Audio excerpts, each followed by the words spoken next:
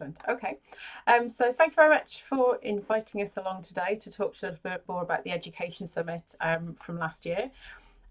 So a number of us on the call here were involved in it, and obviously a few of us were involved in organising it. So we're just going to give you a brief overview of where the summits have come from, the kind of things we've focused on for this year's summit. I'm hoping Maria is here to join in on part 3, but if she's not, we will talk through day 3 as well. Yeah, I'm here. I'm sorry. Oh, you are here. Brilliant. Excellent. So, and is Nikki online? She wasn't a moment ago, but no, I think we've lost Nikki. That's fine. So I'll talk through day 1 as well. So a brief bit of history for you. The first summit was actually hosted by Bioinformatics in Cape Town in May 2019. And the aim really is to bring together bioinformatics trainers and educators to try and look at developments of standards and guidelines around bioinformatics training and education globally. See some of the kind of things we were talking through in Goblet.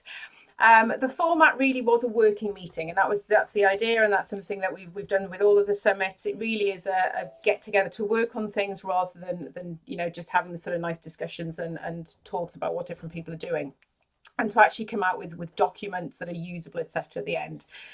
The audience was a mixture of bioinformatics trainers and educators involved both in short courses and degree programs. And this then continued into the second summit, which was our virtual summit, which we hosted at EBI last year in May 2020. And then obviously this year's summit was again virtual. The hosting organisations are many and varied and known to obviously many members of Goblet. So it's HFO Bionet, ISCB, Goblet, EBI, Cabana. We have monthly meetings to try and keep up again the momentum of work. And as we've gone over the years since 2019, we've had more organisations and definitely more people join in that time as well. So the sort of topics that we've included and often go through from one to another are things like competencies and curriculum development. So this is where the ISCB, the new version of the ISCB competency framework, along with guidelines, and there will be a paper on this, they're all coming out soon. ISCB endorsement of both degree and short course programs. Train the trainer, so looking at again a virtual train the trainer, bringing together the trainer portal and the Goblet website and all of the relevant training information for that. We've also then talked about things like going virtual and about training in Elmix. So the outputs to say is that definitely the framework, the trainer portal with the various guides, resources, links, a train the trainer curriculum, which is still being worked on at the moment, was hoped to launch this year, is now looking to move into next year, and also looking at guidelines for the endorsement actual process and thinking about what sort of things need to be looked at for that to happen. So in 2021, essentially it was 3 days with 3 themes, so a theme per day across 3 time zones, which made for very interesting scheduling, as you can imagine, but it worked, which is the good thing. In numbers, we had 90 people attend from, I think we counted about 35 different countries across multiple time zones if you work it out. Okay, we ran it across 3, the number of time zones involved were definitely much more than that. And here's just a couple of snaps where we tried to capture as many of the people who were on the call as we actually could. So as we said, we ran it across these 3 time zones to try and catch them all. And we tried to have an hour common where we could to try and bring as many people together. Because obviously one of the great things about these summits is trying to bring together people from all different countries, all different organisations, different places.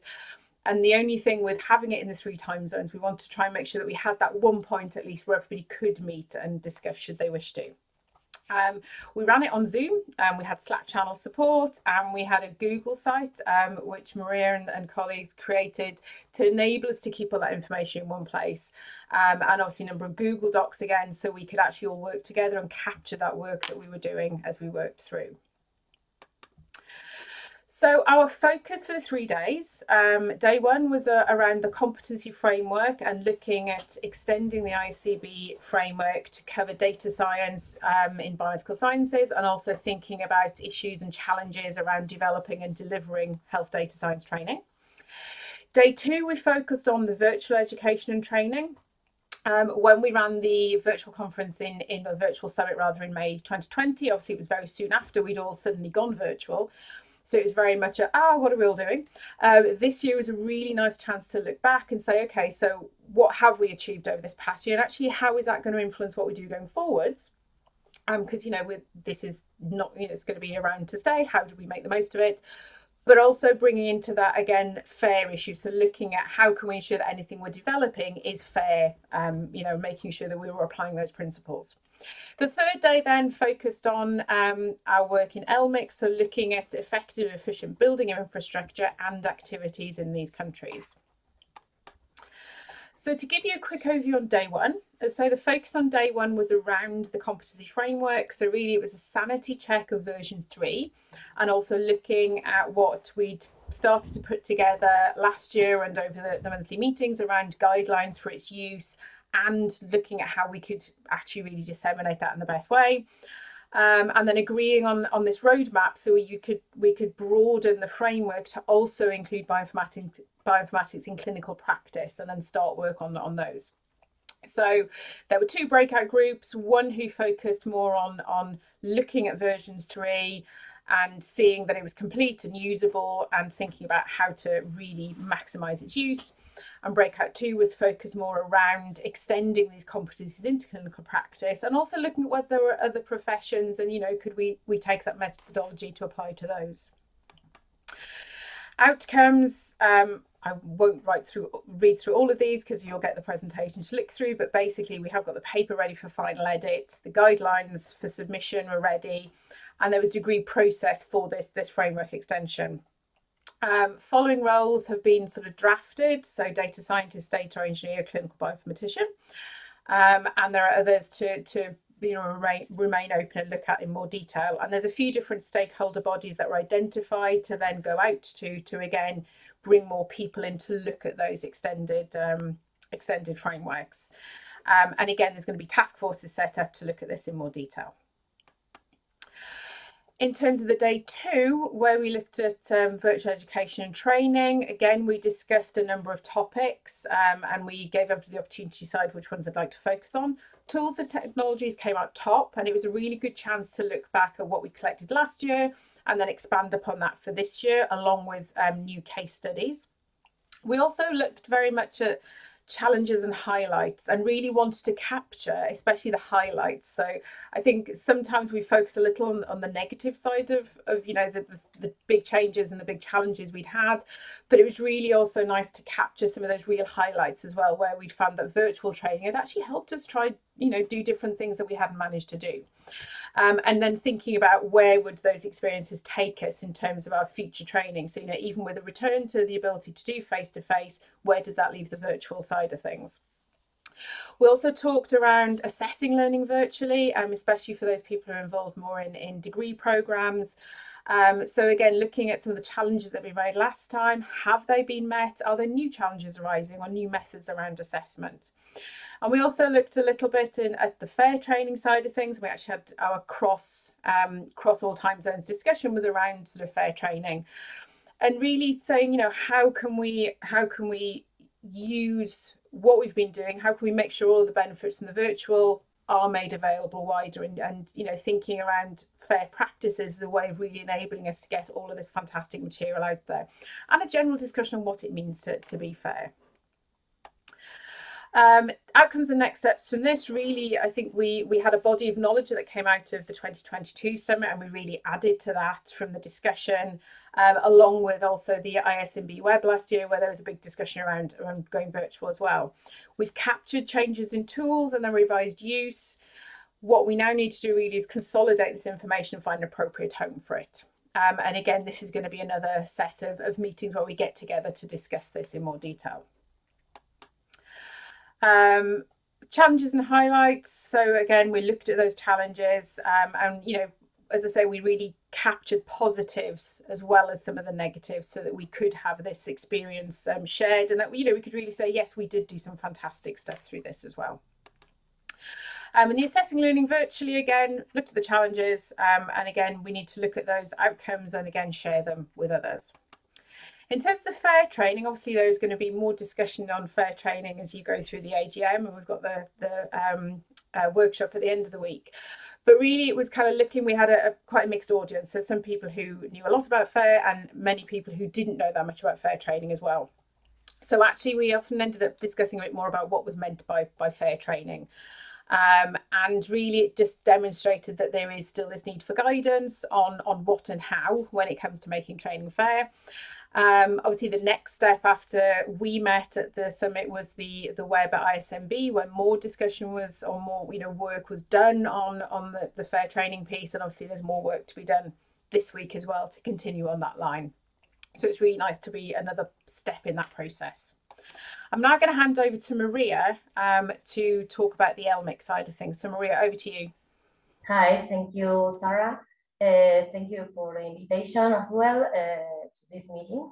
Well, my name is Maria Bernardi, and the day 3 session was first an idea of Patricia Carajal, who couldn't attend here because she's on a course, but she planned to work a little bit on focusing on Elmix kind of challenges. And at the end of the brainstorming, we ended up with pretty ambitious topics to be discussed during day 3. And this was amazing. We also count with the help of Gabriela Merino. She isn't here right now, but I would like to highlight that this was a collective work. We start thinking on the particular challenges of the Elmix kind of countries, and we think that all these 6 topics would be really rich for discussing. First, the guidelines for bioinformatics training in Elmix. Patricia and Verena, she is for H3 Bionet. They were working on this and they were able to obtain a lot of feedback from these sessions. We talked about also the core infrastructure for sustainable bioinformatics, because the infrastructure is a really challenging area for bioinformatics in Elmix country. And then we would like to have a session to talk about bioinformatics training at not hotspot regions, because although these regions tend to be really big countries or really big continents, the level developing of bioinformatics tend to be only in a few capitals. So we would like to think about how to bring all this development to other regions. Then we talk about the language barriers for bioinformatics education, since bioinformatics is a developing area. The language barriers sometimes could be a little bit challenging, because the lingua franca used to be English, but it isn't for most of the Elmix country the maternal tongue. So you have to learn another language and then produce and work on another one. And the EDI for bioinformatics training, this was a really interesting point of view, because it's something that we would like to have on the education summit as known. And then it was decided to have a Latin forum to share ideas, to discuss particular inputs, and to bring together all the efforts that are happening in different places. Next slide, please. So in day 3 in numbers, there were 49 people attended from at least 24 different countries and across the 5 continents. Sarah already talked about the 3 time zones. So it was really interesting to have the input of different people from different backgrounds, from different areas. So this was really great. Please, next slide. So the outcomes were to discuss in the first place the guidelines.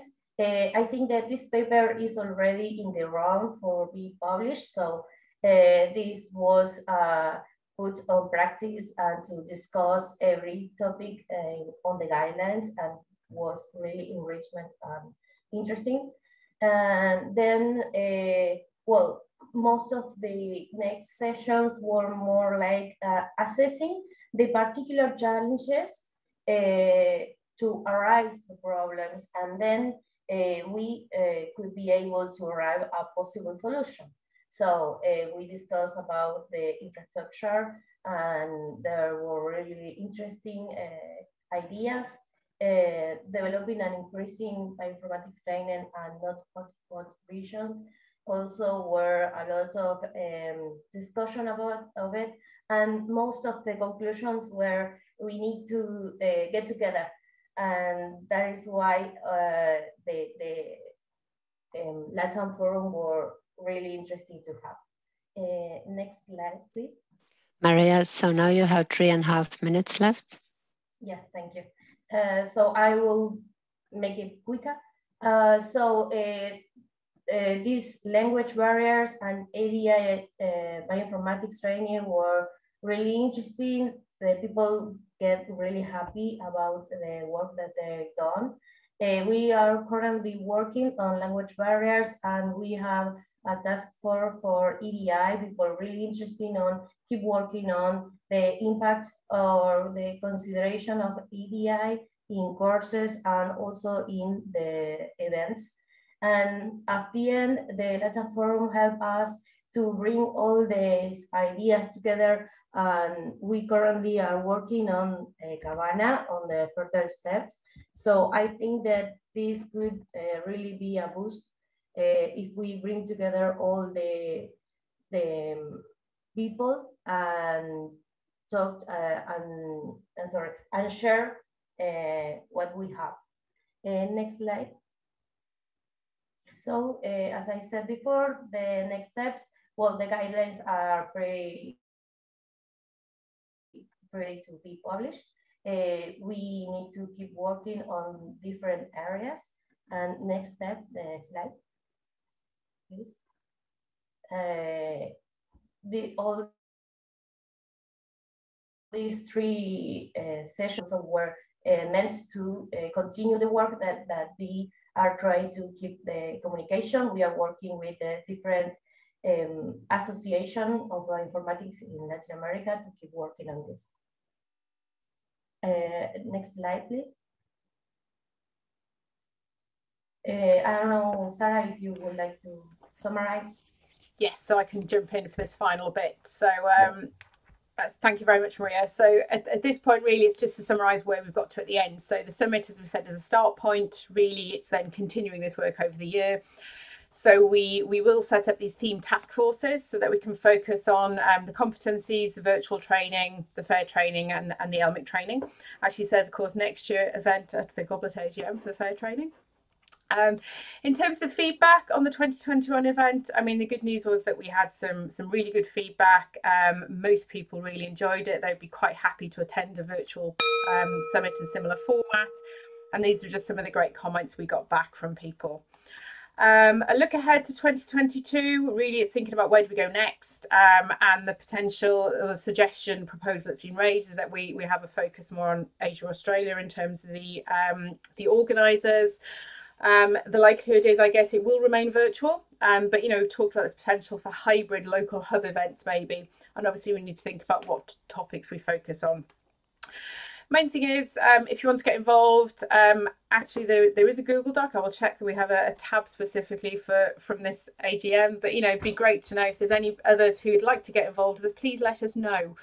Because there are, as I say, the monthly meetings, and there's obviously the future summits as well. So in the last few seconds, I'd like to say thank you very much. Thank you for inviting us to tell you, and we're happy to answer any quick questions or answer them in chat or in the doc. Thank you.